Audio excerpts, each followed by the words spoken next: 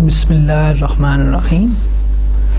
My name is Amir Rashid, and today we are going to start a course, Discrete Structures. The course code of this course is CSC 102. The meaning of the title of the course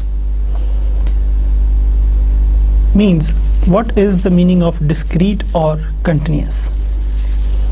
There are two types of data in mathematics: discrete and continuous. We have several examples of discrete and continuous data. For example, number of boys in the class, number of candies in a packet. These are examples of the discrete data. Number of boys cannot be in decimal figures. For example, we have 1 or 2 boys. We cannot have 2.5 boys. So such type of data which can only be counted is called a discrete data. On the other way, the continuous data is the type of data which we usually measure. For example, height of a person. Usually we have heights of a person's in 5 feet 8 inch or 6 feet and 4 inch. Such type of data is called continuous data. There are other examples. For example, time in a race and distance traveled by a car. These are examples of the continuous data.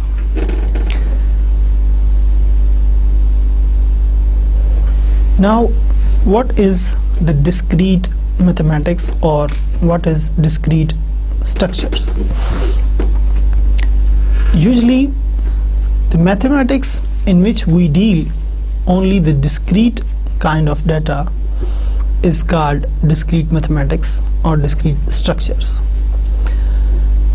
There is no agreed upon definition of discrete mathematics. However, we can define discrete mathematics as: discrete mathematics is the part of mathematics devoted to the study of discrete objects or discrete structures.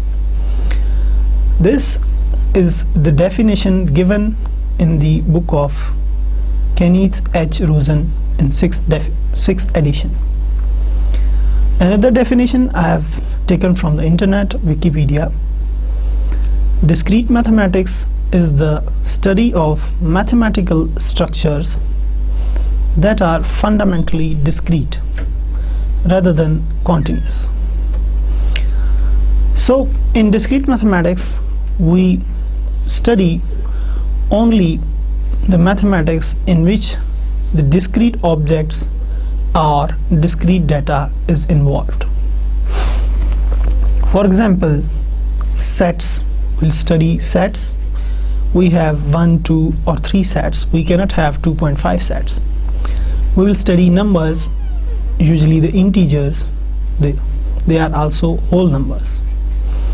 We'll study relations, graph and trees, such things which are included in discrete mathematics.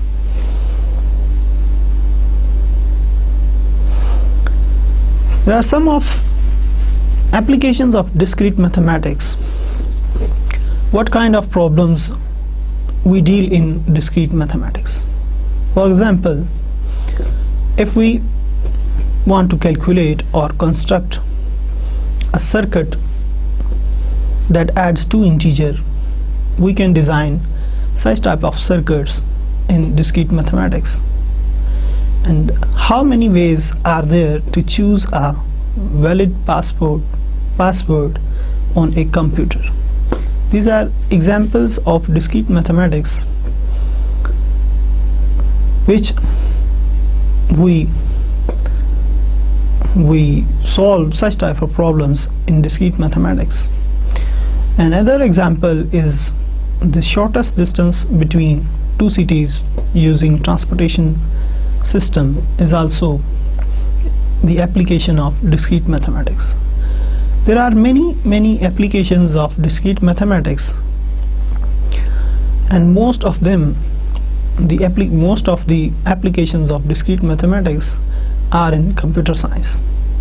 For example, how can we encrypt a message so that no unintended recipient can read it? How many valid internet addresses are there? And there are several such applications of discrete mathematics in computer science. In each subject or each field of computer science, discrete mathematics is of vital importance. For example, in networks we use lot of graph theory, which we will study in discrete mathematics, and to check the validity and correctness of algorithms we will also study in discrete mathematics. There are much more applications of discrete mathematics in computer science. Now, what we will study in discrete mathematics? Here is a list of topics which we will mainly study in discrete mathematics in detail. The first topic is logic, elementary number theory and methods of proof, set theory, relations, sequences and recursion, mathematical induction, counting, relation and equivalence relations, graphs and trees. What are the books which are most suitable and easily available to the students are the reference books which are given here. The first book is Discrete Mathematics and its Applications with Combinatorics and Graph Theory, 6th edition, and this book is written by Kenneth H. Rosen. The second book you can consult in discrete mathematics is Discrete Mathematics with Applications. It's 2nd edition, and this book is written by Susanna S. App. The third book is for Discrete Mathematics for Computer Scientists, 2nd edition, and its author is John Truss. These books are easily available in library or in bookstores. You can buy or borrow any edition, any latest edition of these books if you are unable to find the exact edition. Now, the first topic we'll study today is the logic. Basically, logic has been started 2003 years ago. Aristotle has started the logic by giving the propositional logic. By using propositional logic, Aristotle draws some conclusions which are based on the truthness or falsehood of statements. The next is logic of compound statements, propositional equivalences, conditional statements, logical equivalences, valid and invalid arguments, and then we will see some applications of logic in the digital logic circuits. We will design some circuits by using the properties of logic, and then we will study predicates and quantifiers, and in the last we will try to study the logic of quantified statements. Now the first topic is propositional logic. As I have told you, the propositional logic has been given by the famous philosopher, Greek philosopher Aristotle. He said that proposition or statement is a declarative sentence that is either true or false, but not both. Now, what is the difference between a statement, proposition, or a sentence? In English, we talk about sentences. These sentences can be true, false. These sentences can be questions, orders, anything. But in logic, the proposition or a statement is an assertion. Assertion means a statement which is either true or false, but not both. So we associate a truth value to the proposition, whether the proposition is true or false. For examples, in the following sentence, we'll see that whether it is a proposition or not. Paris is the capital of France. Now this is a declarative sentence, and it gives a complete information. So this is a proposition, and we can say that this proposition or a statement is true. Now we will study some statements which are not propositions. For example, if we take a statement, can Ali come with you? Is this a declarative sentence? No, it is a question. We cannot associate a truth value with this statement because it is a question. So this sentence is not a proposition. Another example, take 2 aspirins, or go and get me a candy. Such types of propositions are or such type of sentences are not proposition because these are imperative sentences. Take 2 aspirins, this is basically an order, not a statement. So the sentences in which someone gives order are not propositions. Another example we take here. In mathematics, we encounter such type of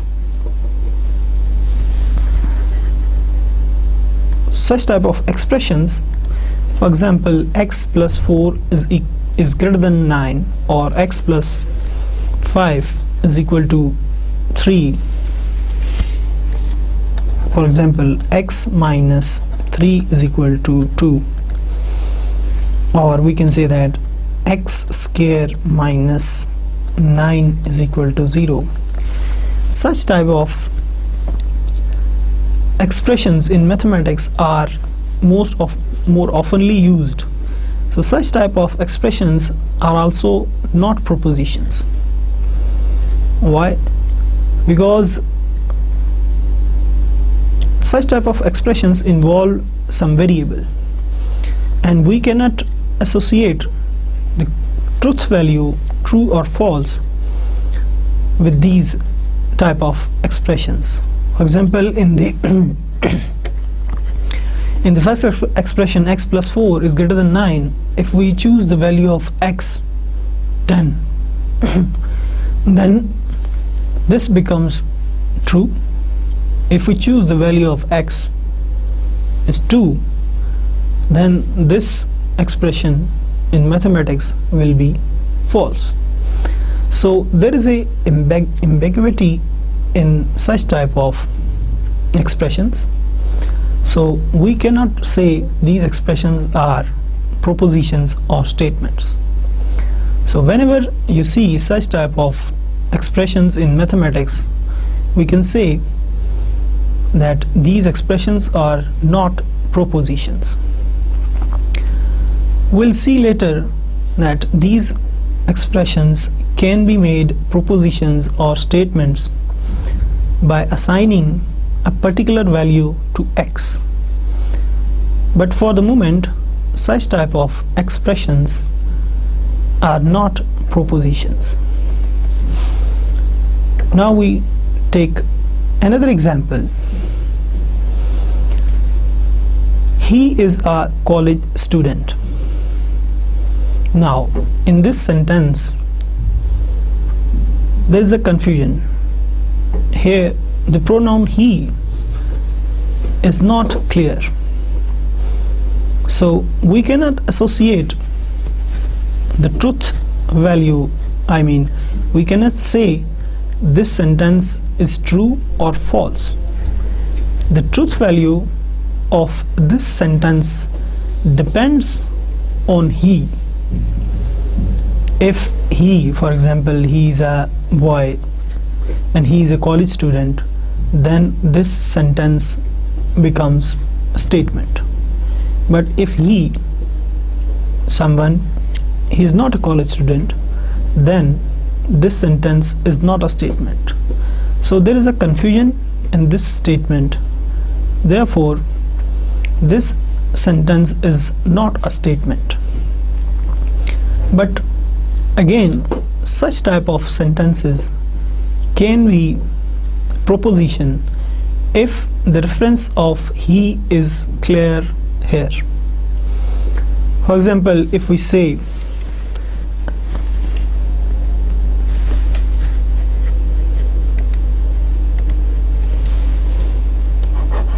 Ali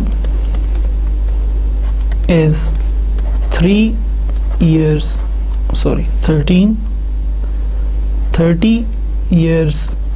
old, full stop, then he is a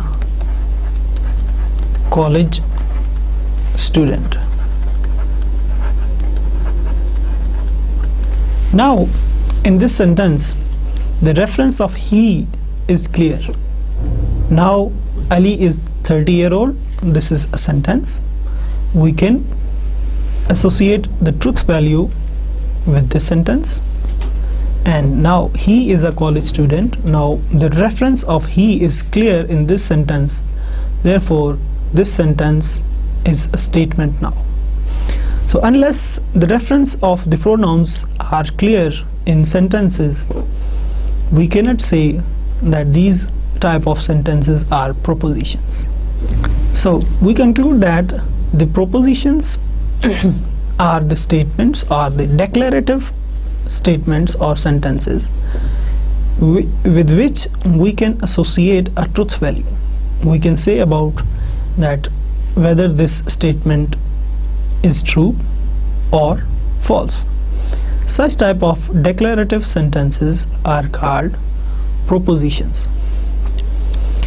Now some notations how we denote in logic such type of statements or propositions. Usually small letters are commonly are used to denote the propositional variables, that is P, Q, R, etc., etc., and so on. And the truth value of any proposition, if it is true, then it is denoted usually by capital T or 1. And the truth value of a proposition, if it is false, it is denoted by 0 or capital F. Now I hope you understand what are the statements or propositions. Now we move to the compound propositions. Basically, compound propositions as by name we can understand, we can produce new propositions from existing propositions using some logical operators or logical connectives. As in algebra, there are operators, for example minus, plus, division and multiplication. We can add, multiply or divide two numbers. Similarly, we have logical operators in logic. The most common logical operators which are used in logic are given here. The first operator is not. We can say it also negation or negation of a proposition. The second operator is and it is written as, it's given on the second number. The third operator is or, and the symbol for the or is given here. The fourth operator is exclusive or, and then implication, and then biconditional. These are operators we will use in logic to produce or to construct new propositions by using some existing propositions. For example, if we take the first operator, not or negation of a principle, what is the purpose of this operator and how this operator operates on the proposition? If we already have a proposition P, if we denote a proposition with a P, which is a small letter, as I have told you, we denote the propositions by using small letters. The negation of P, denoted by this not P, and it is read as not P, and it is also denoted by this tilde P, and so in some books it is denoted by this, and in some books in logic, some books of logic, the negation operator is denoted by this sign tilde. And what is the negation of a proposition? Here it is given, it is not the case that P, where P is any proposition. The proposition not P is read as, negation of proposition is read as not P, and the truth value of this negation of P, not P, are the opposite of the truth values of P. What does it mean? It means if P is true, if the P proposition or statement, for example, I had given you the examples of proposition. For example, the Paris is the capital of France. It is a proposition and its truth value is true. Now if we write the negation of this proposition, what we see? For example, if we denote P by proposition Paris is the capital of France, we denote this proposition by P. Now what is the negation of P? It is denoted by this P. And what is the negation? We shall write it as, it is not the case that P. Now P, what is P here? Paris is the capital of France. Now this is the negation of the proposition P. We can write it also in a better manner as Paris is not the capital of France. So this is the negation of the above proposition. Now another example, we can take the negation, how to write the negation of P. If we take a proposition P, today is Friday. Now what is its negation? How do we write the negation of this P? As usual, if we can write not P, it is not the case that today is Friday. This is the proper or formal method of writing negation of P, but we can write more simply the negation as not P, today is not Friday. It's more simple, so we write the negations as we write in the second negation, not P, today is not Friday. Another example of the negation. So what is the negation of 6 is negative?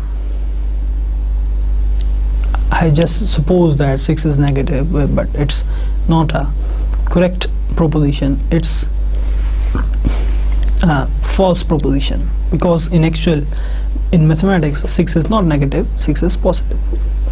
So the negation of this proposition, we can write traditionally, it is not the case that 6 is negative, or more simply we can say 6 is non-negative.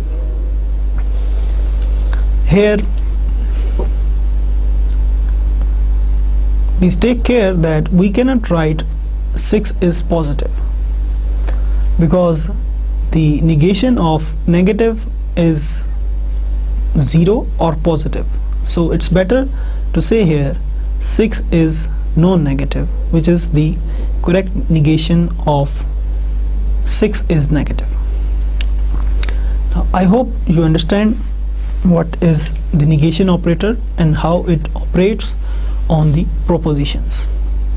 Now, as I have told you earlier, that 8 truth values of a proposition along with the proposition, that is, if a proposition is true, we say that its truth value is true, and it is denoted by capital T or 1.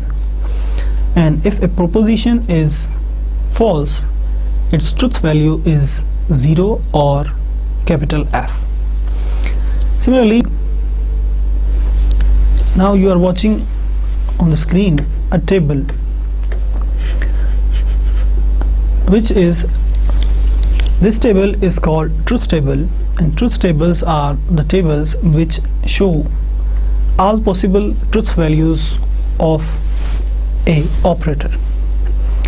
For example, in table here will give all possible values, truth values of the negation operator. Negation operator actually is a unary operator. Unary operator means that it applies on a single statement or a single proposition. So in table, if P is a proposition, then the all possible truth values of P are true and false. In the first column we write all possible truth values of P, and in the second column we write all possible truth values of not P. The truth values of not P depends on the truth values of P, as I have told you that if proposition is true, then not P is false, and if P is false, then not P is true. So these are all the possible truth values of P and not P. So such type of tables are called truth tables. Now we go to the second operator, which is called conjunction, and in logic we say it is an AND operator. So this operator is a binary operator. We apply this operator on at least two statements or propositions. So what is the definition of this operator? Let P and Q be any two propositions, along with we can associate the truth value. The conjunction of P and Q, which is denoted by P and Q, it is read as P and Q. This is a proposition and its truth value is true. P and Q is true when P and Q both are true and false otherwise. What does it mean? That if we have two propositions P and Q, the conjunction of P and Q or P and Q is another proposition, which is a compound proposition, because it is a new proposition made of two already existing propositions. So its truth value, now all propositions, whether it is a single proposition, whether it is a compound proposition, they must have truth values. So now the conjunction of P and Q or P and Q, this proposition will be true only if P is true and Q is true. If either of P or Q is false, or you can say if one of P and Q or Q is false, then the truth value of this proposition will be false. Here is an example of the conjunction of two propositions. If we have two propositions P and Q, where P is the proposition which is today is Friday, and the second proposition is it is raining today. Now the P and Q, what is the conjunction of P and Q? It is denoted by P and Q and written as this, and today is Friday and it is raining today. So this is the conjunction of two propositions, and it is connected by a logical connective AND.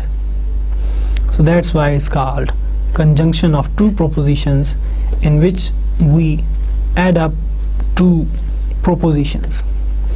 Now the truth value of P and Q, or P and Q, the conjunction of P and Q, depends on the truth value of the original or single propositions. If today is Friday, then P is true, and also it is raining today, then the both propositions are true, and the conjunction of P and Q is true. If today is Friday but it is not raining today, then P is true and Q is false. Then the conjunction of P and Q is false, because Q is false proposition. All possible values of this operator is given in the truth table. Here now we have two propositions, and there are more possibilities of truth values of the conjunction operator. Now in first column in this table we write the all possible truth values of P, and then in the second column all possible truth values of Q. Actually here we have four combinations of truth values of P and Q, because we have four possibilities. If P is true, Q is true. If P is true, Q is false. The third option is if P is false and Q is true. Another option is P is false, Q is false. So now we have four possibilities of the truth values of P and Q. And the conjunction operator, the truth value of P and Q, conjunction of P and Q, depends on the truth values of P and Q. The combination of we can say the truth value of conjunction operator depends on the combination of truth values of P and Q. Now if P is true and Q is true, the conjunction operator is also true by definition, because the conjunction of P and Q is true if both proposition P and Q are true. Otherwise, if one of P and Q is false or both P and Q's are false, in these three cases the truth value of conjunction operator is false. So the conjunction operator P and Q is true only when both P and Q are true and false otherwise.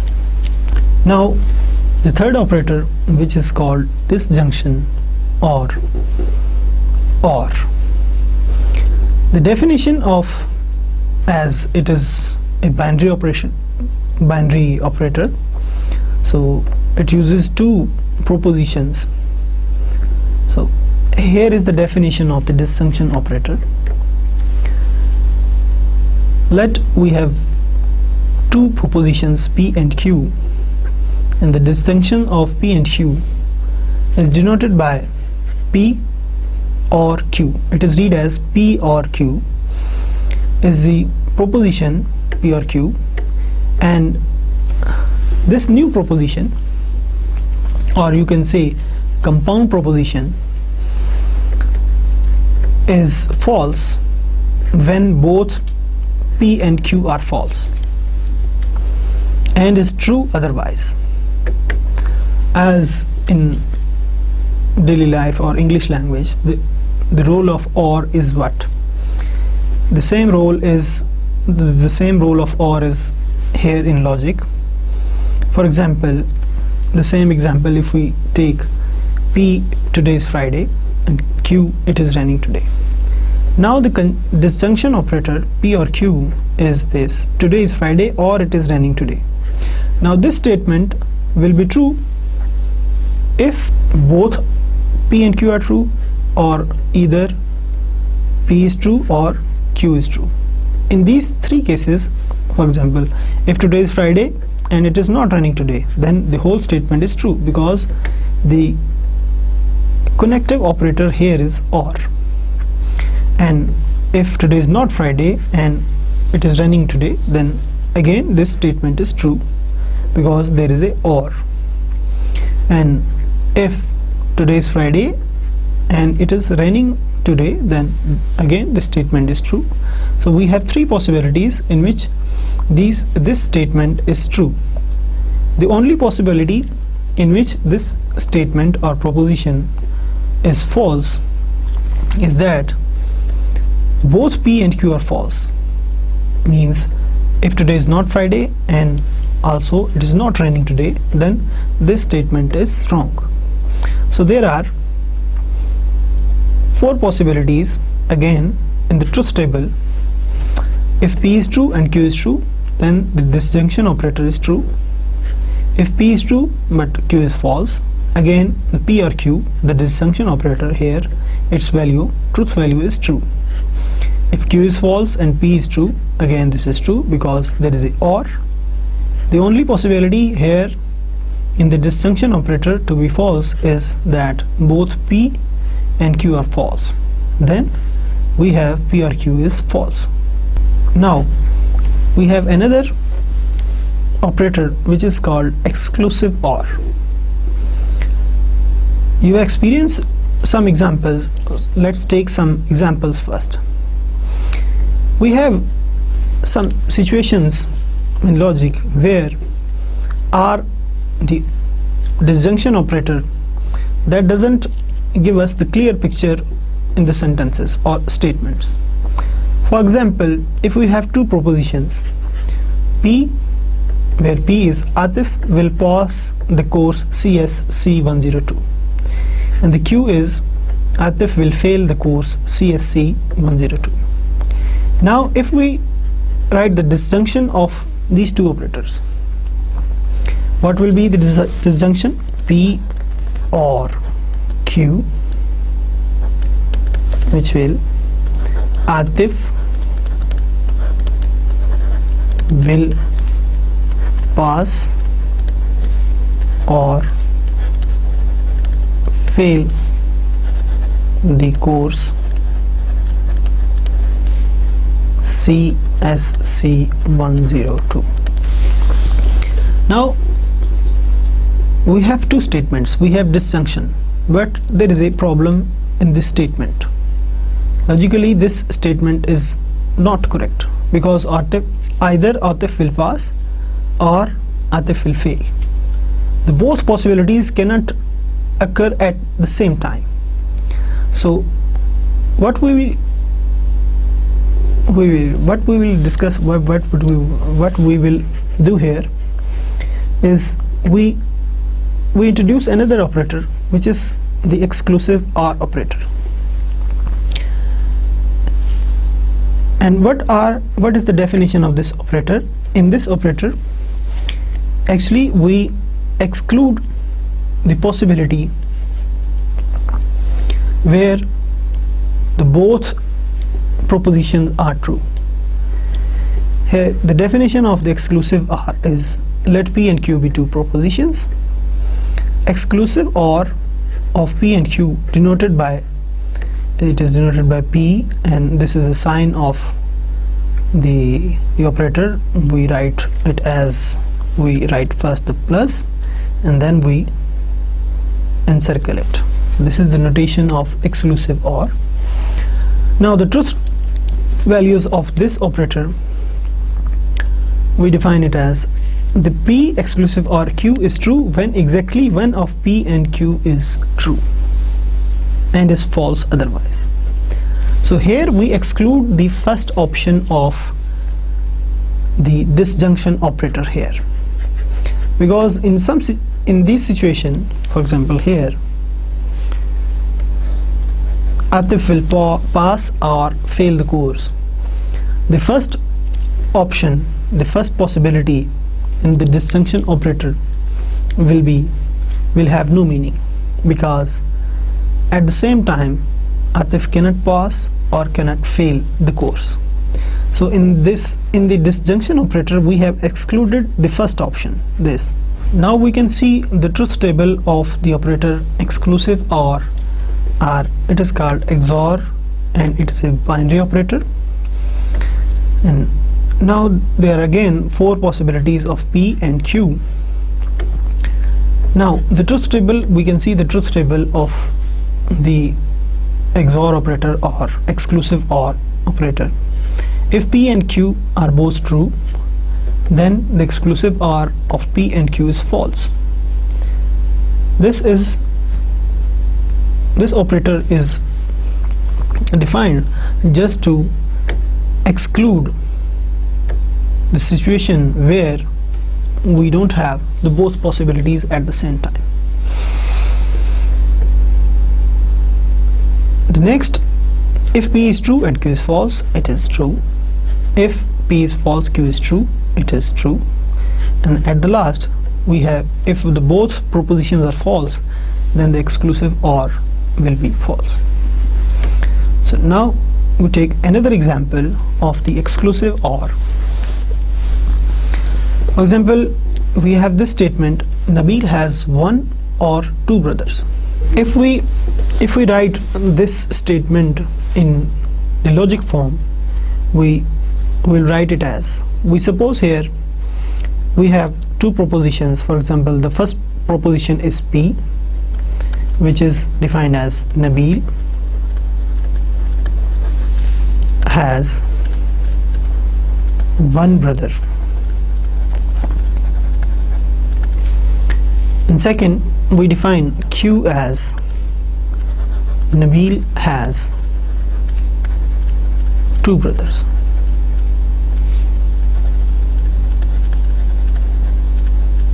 Then what is the exclusive OR? P exclusive OR Q is Nabil has one or two brothers. Here in the statement of this proposition, we cannot identify whether we have to use exclusive or the simple or, which is called disjunction. This is we or this is you who will decide.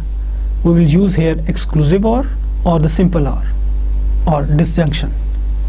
So here, as we can see that the both possibilities P and Q, the both propositions P and Q cannot be true at the same time, because either Nabil has one brother or two brothers.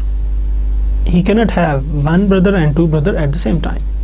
So in such situations we will use exclusive or, which will give us the truth value, the correct, we can say the correct truth value of the proposition.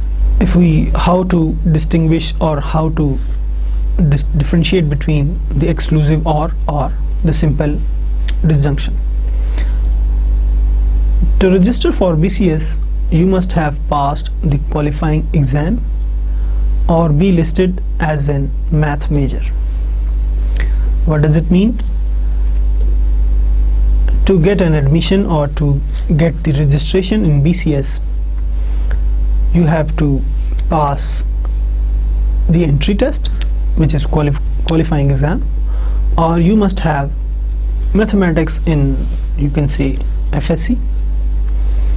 So if you have both possibilities, if you have passed the qualifying exam and also you have maths in FSC, both possibilities are possible here.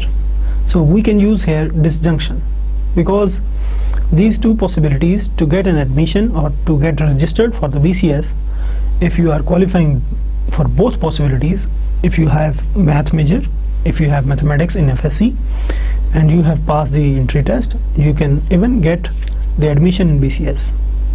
And if you have only passed the qualifying exam, entry test, even then you can take the admission or you can register for BCS. So here the or will be used as simple disjunction, or we can say that or is inclusive here. Now we will see how we translate some English sentences or statements into the logical form. For example, you are watching a statement here on the screen: I did not buy a lottery ticket this week, or I bought a lottery ticket and won the $1 million on Friday. Now this is a composite statement, and how can we write it in logic form? To translate it in logical form, we suppose the propositions here. We say here, let P and Q be two propositions, and we investigate that in the given statement there are two things. The first, if I buy a lottery ticket, and the second is I won the $1 million on Friday. So there are two things here in this statement. So we suppose here P to be a proposition which states that I bought a lottery ticket this week, and the second statement which is used in the given composite statement is I won the $1 million on Friday. Now if we say that in the given statement we have the first thing, I did not buy a lottery ticket this week. This is basically the negation of P, because P is I bought a lottery ticket this week, and the first statement in the given composite statement is I did not buy a lottery ticket. Now after that there is a connective between these two statements. This is or. This is basically the or operator which is used here to connect these two statements. Or I bought a lottery ticket, this is the same statement which is given as P, which is the P. There is another connective here, and is used in this statement, and then we have another statement, won the $1 million on Friday. So how we translate this statement or composite statement into logical forms? Here we suppose P, I bought a lottery ticket this week, and the second is Q, I won the $1 million on Friday. So in logical form, we will write the given compound statement as, here we have not P, which expresses the first statement, I did not buy a lottery ticket this week, or here we have the logical connective or, and then I bought a lottery ticket and won $1 million on Friday. So here, if you remember, I have written logical connectives in this order. First I have written the not operator, then I have written and operator, then I have written or operator, then I have written exclusive or, then I have written implication, and then I have written biconditional. These two operators we will discuss in the next lecture, and these four operators, actually these are three, and these two operators or have the same significance here. So this is the order of preference of the operators. First we will give the preference to not operator, as in algebra of plus, minus, division and multiplication there is a preference. So what is the most, if we have plus or minus in an expression, for example 2 plus 3 multiplied by 4. So in algebra, multiplication has preference over the addition. So first we multiply 3 and 4 and then we add 2. Similarly in logic we have preference to the logical operators. First we give the preference to the not operator, and then and then or, and then exclusive or, they have same preference order, and then implication, and then biconditional. These two operators, as I have told you, will be discussed in the next lectures. So this is the order of preference of the operators. Not P is a unary operator. It is applied to the single proposition. We can write it as not P, so we give the preference to the first preference to the not operator, and then or, and then we have P and Q. After not operator we have preference on and operator. So first we take here P and Q, and then we take the or. So that's why this expression is written as not P or P and Q. So this is how we can write the given compound statement in English. We can transform it into the logical form as by considering the preference to the logical operators. For example, if we and similarly we can translate or transform the logical form into the simple English statement. For example, if we have the same P and Q, and we have not P, we have to write not P and or not P and Q, not P and Q. How to write this logical expression into the English form?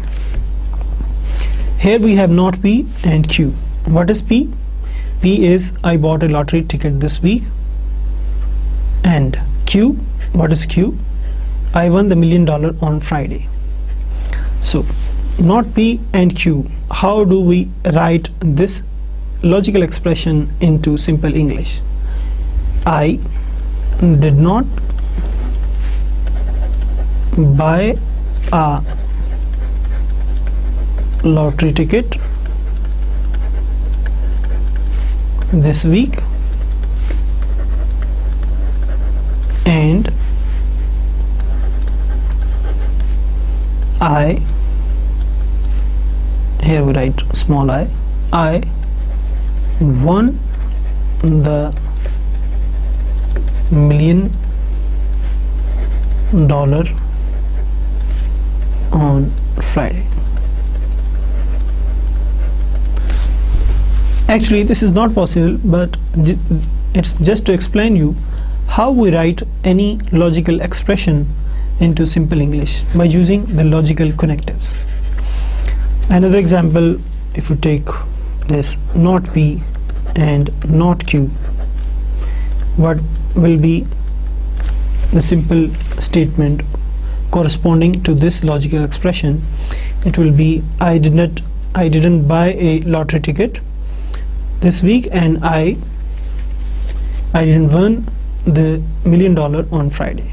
So this is the corresponding English statement of this logical expression.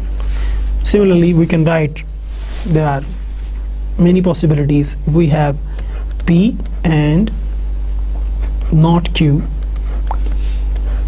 or not P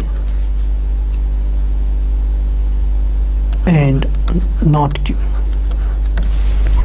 So what is the corresponding English statement of this logical expression? We have two parentheses here. The preference is given to the AND operator, and after the first of all the preference is given to the NOT operator here, we can say here, and then the preference is given to the AND operator and then OR operator. So we shall write two statements, and then we will connect them by the logical connective OR. What is the meaning of first statement, this first expression? I bought a lottery ticket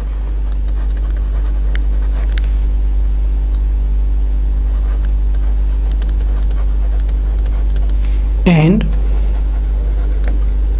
I do not win $1 million on Friday. And the second statement, what is the second statement? I didn't buy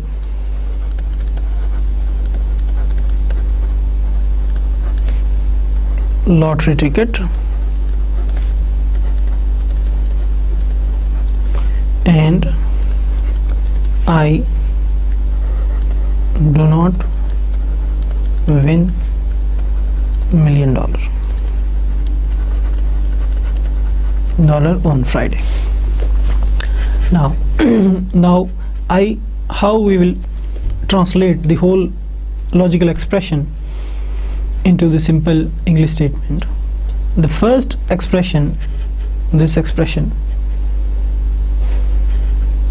will be written as I bought a lottery ticket and I do not win $1 million on Friday. The second expression will be written as I didn't buy the lottery ticket and I do not win $1 million. Now we connect these two statements, I bought a lottery ticket and I do not win $1 million on Friday, or I didn't buy a lottery ticket and I do not win $1 million. So this will be the corresponding English translation of the given logical expression. Now I hope you have understand how we translate a logical expression to English and an English expression into a logic. So one thing here is to remember that please consider the preference of the operators not and, or, and exclusive or. Now I summarize what we have studied today, and then we will finish the lecture. First of all, I have given the introduction to the course. What does mean the discrete mathematics or discrete structures? And then I have told you some recommended books which you can buy or borrow from your library to consult. And then we have started logic, and in logic we have studied the first two topics which were mentioned in that slide. We have studied today the propositional logic and logical connectives, truth tables, compound propositions. What are the compound propositions? These are basically made up of already existing propositions. And then I have given you the brief overview of how to translate or transform English statements into logical form and the logical statements into simple English sentences. So I hope you have understand everything, and we will discuss in the next lecture, inshallah, the conditional statements and the logical equivalences. Thank you very much. Allah Hafiz.